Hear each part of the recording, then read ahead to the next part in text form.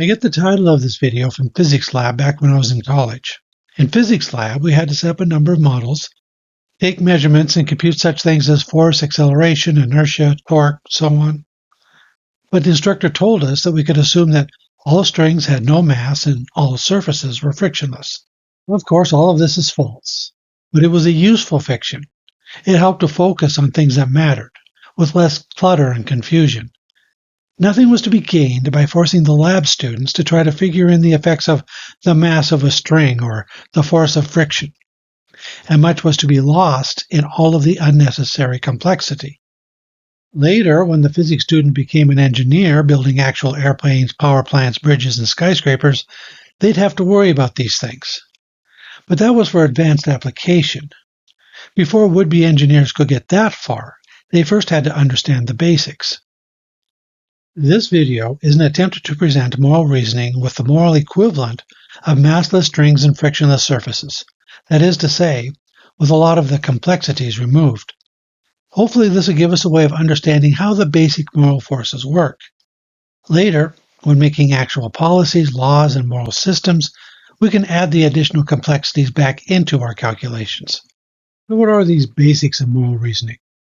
Let's start with a simple community made up of a simple type of creature. Our first assumption. Imagine a community of 10,000 members, each having only one desire, an aversion to their own pain. In particular, no person has any concern for anybody else's pain. Each of them could walk by another person in excruciating pain with complete indifference. It doesn't matter to them, except perhaps insofar as the screams from the suffering person might be painful to their ears. Here's our second assumption. There's an act type. Let's call it tassing. Tassing will allow an individual that tasses to avoid a minor pain, perhaps a pain equal to that of a scratch on one's finger. But it will sometimes cause excruciating pain to one or more others. Under these two assumptions, every agent who comes upon a situation where they can tass has a reason to do so. They have an aversion to their own pain. Tassing will allow them to avoid their own pain, so they have a reason to tass. None of them has a reason not to tass. Tassing can cause excruciating pain to others. However, since nobody cares about whether their actions cause pain to others, they have no reason to avoid causing pain to others. From these two assumptions, we can derive a further fact. Every person in this community has a reason to support a law that would inflict a punishment more painful than a scratch on the finger on anybody caught tassing. The enforcement of this law will give everybody a reason not to tass, to avoid the greater pain they would suffer when punished. Well, everybody except the person who knows that they can tass without getting caught. That person still has nothing to prevent them from tassing.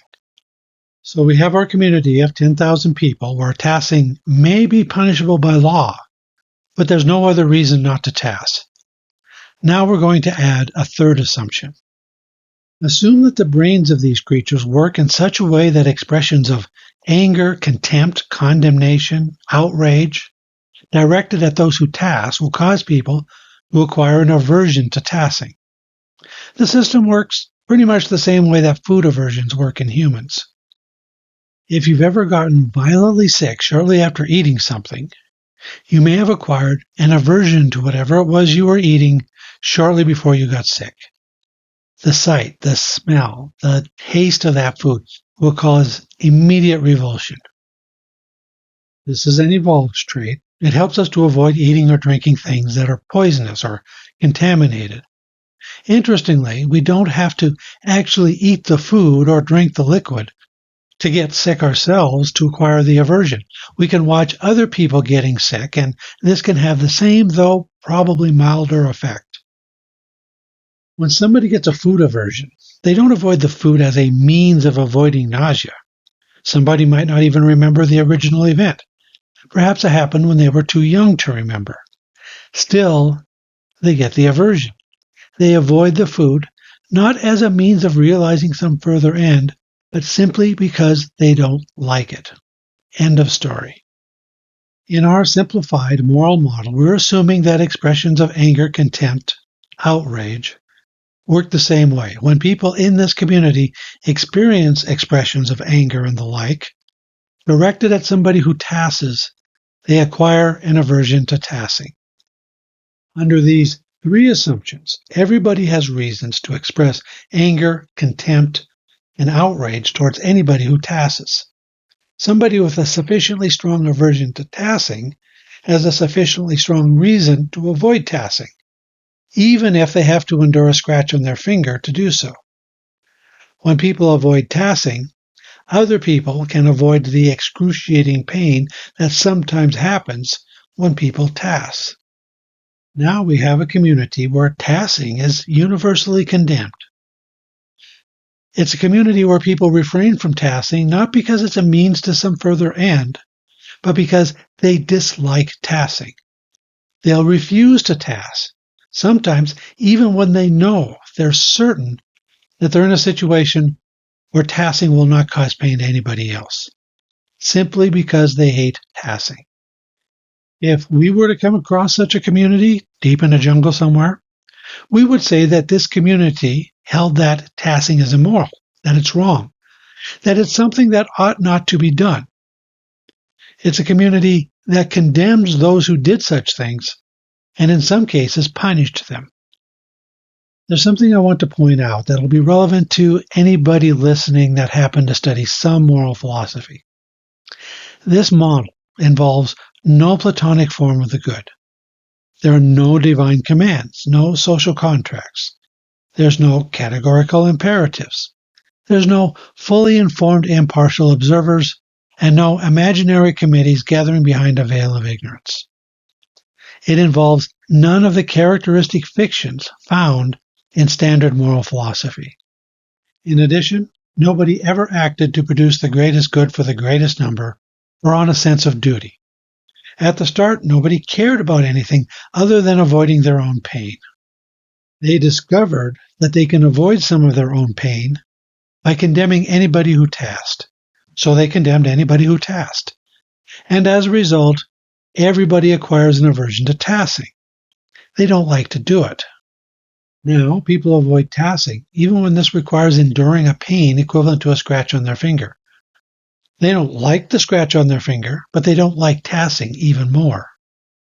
So we have here a simple story about a simple community acquiring a moral prohibition against tassing.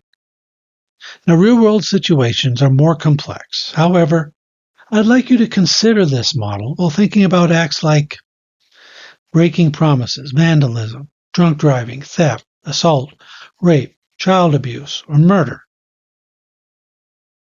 None of us wants to suffer the effects of these types of actions when we are the victims or the victim is somebody we care about. We can create in each other an aversion to performing these types of actions by a social policy of condemning those who perform those types of actions. And so we have reasons to condemn those who perform these types of actions. And if we don't condemn them, if we reward them instead, we can expect to suffer the consequences. Now, as I said, real-world morality, like real-world physics, is much more complicated. I've given and will continue to give assessments of more complex real-life moral questions in other videos. When I do so, I hope that this basic model will help to provide an understanding of what I'm starting with in those other videos, and I invite you to take the opportunity to give them a look.